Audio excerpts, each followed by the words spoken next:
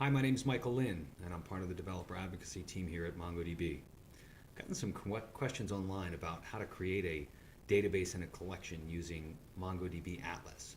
So I figured I'd take a few minutes and just run through the process. I'm at cloud.mongodb.com. I'll click the register button. I'll provide all of my details, including my email address and a password. I'll agree to the terms of service and click continue. This is going to bring us to a screen where we'll provide the details about the cluster that we want to build. MongoDB Atlas gives you the ability to build clusters in 3 different cloud hosting providers: AWS, GCP, and Azure. Today we're going to build one on AWS using the free tier. So I'm going to answer a couple of questions in the wizard to help me along in the process. Let's assume that I'm trying to build a new app. So I'm going to note that we have a code available to us to claim a free M10 cluster for 1 month, but I'm not going to do that for today. I'm just going to click the Get Started button. And here we see that I have the choice of cloud providers. I'm going to leave that selected at AWS. I'm going to leave the free tier available selected in North Virginia. That happens to be close to where I'm at.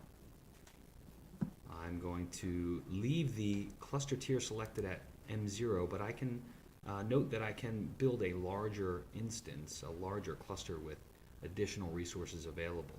And at any time after I deploy this cluster, I'll be able to come back and change the configuration to increase to these larger tiers. I'll leave no backup selected, and I'll leave my cluster name named cluster 0 for the moment. I'll click Create Cluster, and we'll give it just a few moments for that to create. Okay, looks like our cluster has deployed, and I'm just going to click into the console here to display the cluster. We'll see that this is a 3-node cluster, and we've got a full replica set available to us. I'm going to click the Getting Started, and we'll see that the wizard is tracking our progress. It's giving us a hint that the next thing that we should probably do is create our first database user, and I'll click that. It brings us to the Security tab, and then it's giving us a hint to click the Add New User. Here I'm going to create one called Mike. I'm going to give it a password. And for the user privileges for this first user, I'm going to give it read and write access to any database. And I'll click Add User. Oh, password is too weak.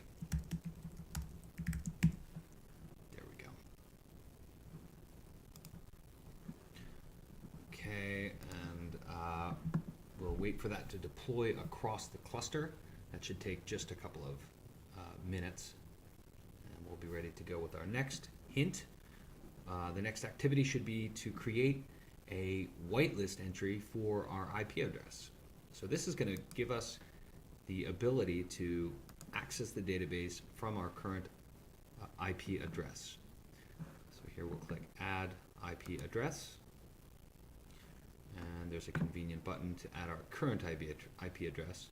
Now you can also allow access from anywhere, but note that that's going to be an insecure setting, as anyone from any IP address will have the ability to access your database. You'll still have authentication and authorization settings, but they will have access to the database from a network perspective. So for the time being, I'm going to whitelist my current IP address.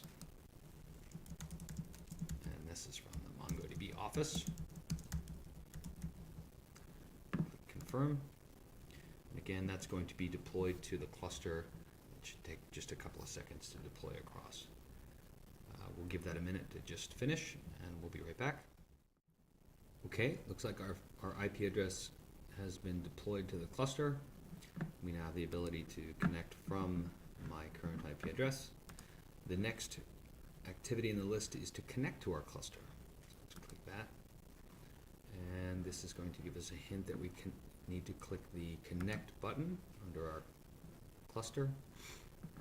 And this is going to walk us through the process of connecting to the cluster from various methods. So we can connect from the MongoDB shell, from an application, or from the user interface tool MongoDB Compass.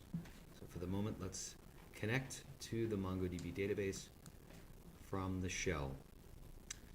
So it's giving us a couple of choices. We can we can connect using a short SRV record or the standard connection string.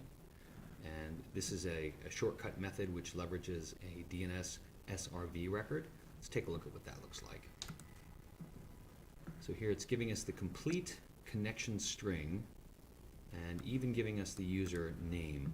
So I'm going to copy that, and let's go to a shell, and here we can paste that, and it's going to prompt me for that password that I created for this user. And sure enough, I'm connected to the primary. Here I can do show databases. I can use a new database. And I can do a db.collection.insert. This show that we can actually create a document. Now I can show collections. db.collection.find.